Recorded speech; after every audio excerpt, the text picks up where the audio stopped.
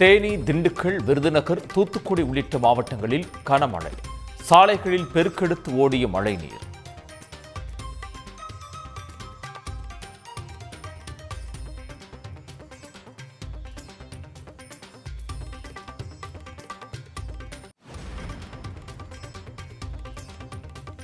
இன்று முதல் 6 நாட்களுக்கு தமிழ்நாடு மற்றும் புதுச்சேரியில் மிதமான மழை. சென்னை வானிலை ஆய்வு மையம் அறிவிப்பு.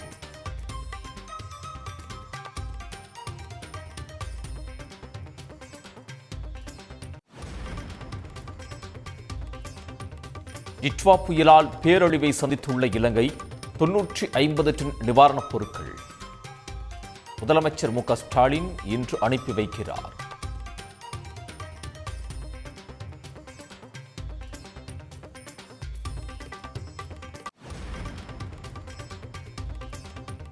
திருப்பரங்குன்றம் தீப விவகாரம் குறித்து உச்சநீதிமன்றத்தில் தமிழ்நாடு அரசு மேல்முறையீடு.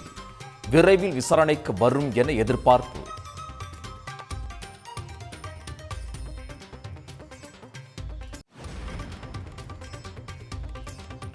திருப்பரங்குன்றம் தீப விவகாரத்தில் மாவட்ட ஆட்சியர் கோயில் நிர்வாகம் சார்பில் உயர்நீதிமன்றத்தில் மேல்முறையீடு.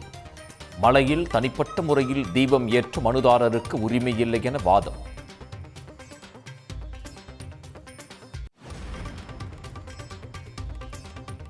உச்சநீதிமன்றத்தில் மேல்முறையீடு செய்துள்ளதால் அவகாசம் வழங்க தமிழ்நாடு அரசு கோரிக்கை. வழக்கு விசாரணையை வரும் 9ஆம் தேதிக்கு ஒத்திவைத்தது உயர்நீதிமன்ற மதுரை கிளை.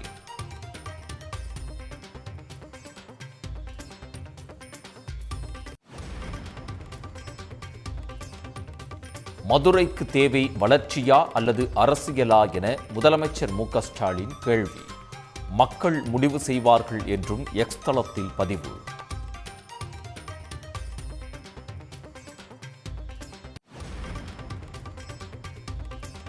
திருப்பரங்குன்றத்தில் பாஜக அழைப்பு விடுத்த கடையடைப்புக்கு மக்கள் ஆதரவு இல்லை. மத பிரச்சனையாக்குவதை விரும்பவில்லை என உள்ளூர் மக்கள் பேட்டி. எங்களுக்கு கடை அடைக்கணும் நோக்கமே இல்லை.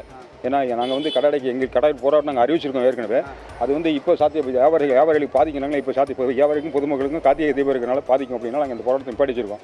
எதுக்காக சுரங்கப்பாதைக்கு மட்டும்தான் நாங்கள் போராட்டம் பண்ணுறோம். எங்களுக்கு தேவை சுரங்கப்பாதை எங்களுக்கு தேவை.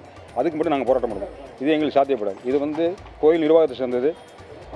இது பொதுமக்களுக்கு இங்கே உள்ள மக்களுக்கு சம்மந்தமே கிடையாது. வெளியூர்காரங்க கிறிஸ்தவம் பண்ணிட்டு இருக்காங்க தவிர.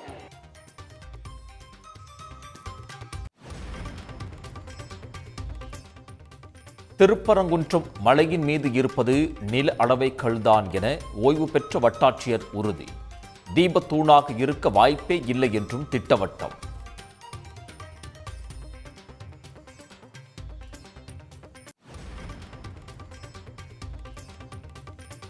தீப விவகாரத்தை மக்களவை மற்றும் மாநிலங்களவையில் எழுப்பிய திமுக எம்பிக்கள். The issue is who was to lay.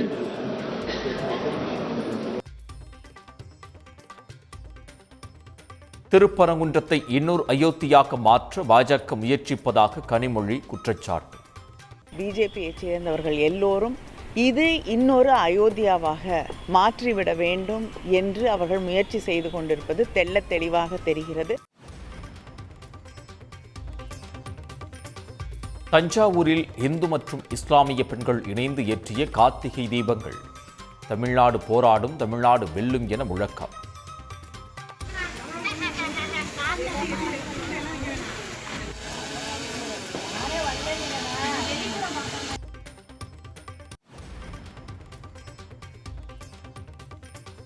தமிழ்நாட்டில் இதுவரை 6,40,00,000 பேருக்கு SIR படிவங்கள் வழங்கப்பட்டுள்ளன. 98.23% படிவங்கள் பதிவேற்றம் செய்யப்பட்டு விட்டதாகவும் தேர்தல் ஆணையம் தகவல்.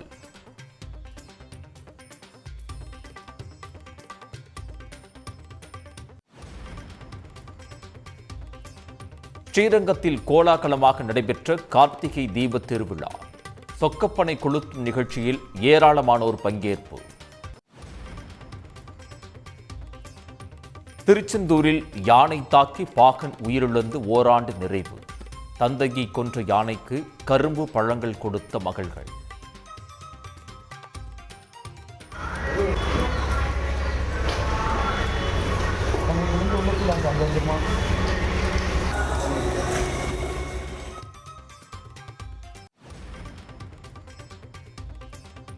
தொடர் மழை காரணமாக நாகர்கோவில் சந்தையில் வாழைத்தார் விலை கடும் உயர்வு. செவ்வாழை 1300 ரூபாய்க்கும், மட்டி வாழைத்தார் 1200 ரூபாய்க்கு விற்பனை.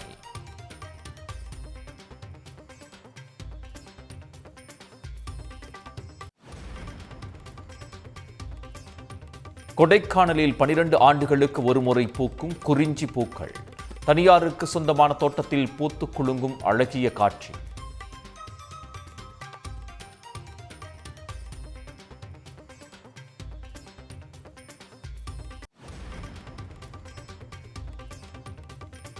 திண்டுக்கல் அருகே தாடிக்கொம்பு சவுந்தரராஜ் பெருமாள் கோயிலில் விஷ்ணு கார்த்திகை விழா. 1 லட்சம் தீபங்களை ஏற்றி பக்தர்கள் வழிபாடு.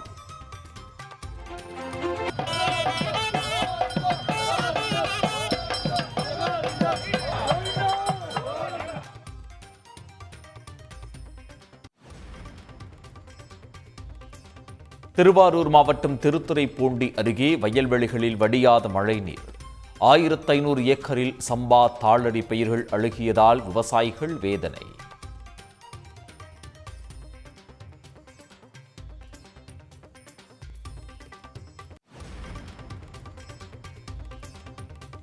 இண்டிகோ நிறுவனத்தின் 1000க்கும் மேற்பட்ட விமானங்கள் ரத்து செய்யப்பட்டதால் பயணிகள் கடும் அவதி.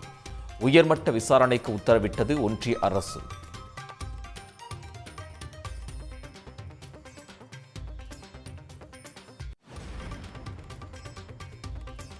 முப்பத்தி 7 எக்ஸ்பிரஸ் ரயில்களில் 116 கூடுதல் பெட்டிகள் தற்காலிகமாக இணைப்பு. இண்டிகோ விமான சேவை பாதிப்பை தொடர்ந்து தென்னக ரயில்வே நடவடிக்கை.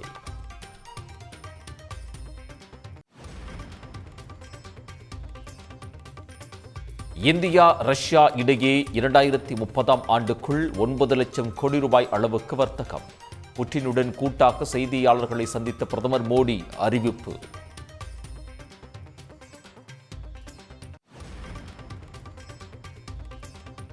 இந்தியா வந்துள்ள புட்டினை சந்திக்க ராகுல் காந்தி மல்லிகார்ஜுன கார்கேவுக்கு அனுமதி மறுப்பு. பாரம்பரிய நடவடிக்கைகளுக்கு எதிரான செயல் கண்டனம்.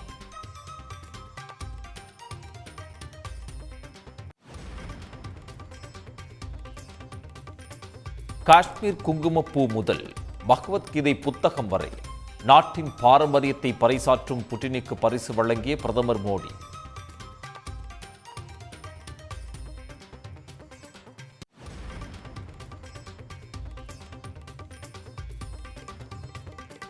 நாகாலாந்தில் 14 இளைஞர்கள் கொல்லப்பட்டதன் நினைவு நாள்.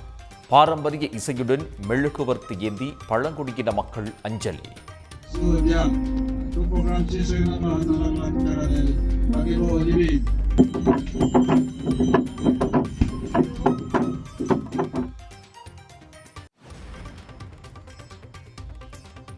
அமைதிக்கான நோபல் பரிசுக்கு ஆசைப்பட்ட ட்ரம்புக்கு ஆறுதல்.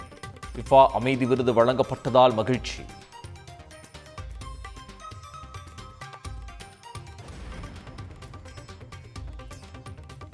ஜூனியர் ஹாக்கி உலகக்கோப்பையில் பெல்ஜியம் அணியை வீழ்த்தி இந்தியா அசத்தல்.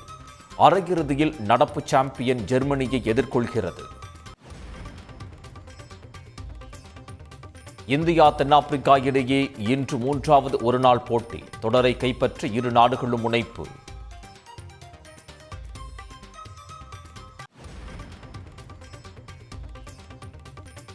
பிரபல வார்னர் பிரதர்ஸ் பட தயாரிப்பு நிறுவனத்தை வாங்கியது நெட்ஃபிளிக்ஸ். இந்திய மதிப்பில் சுமார் 8 லட்சம் கோடி ரூபாய்க்கு வாங்கியது.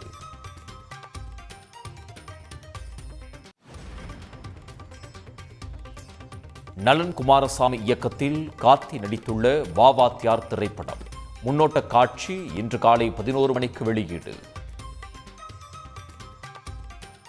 உடனுக்குடன் செய்திகளை தெரிந்து கொள்ள சன் நியூஸ் பெல் ஐகானை கிளிக் பண்ணுங்க.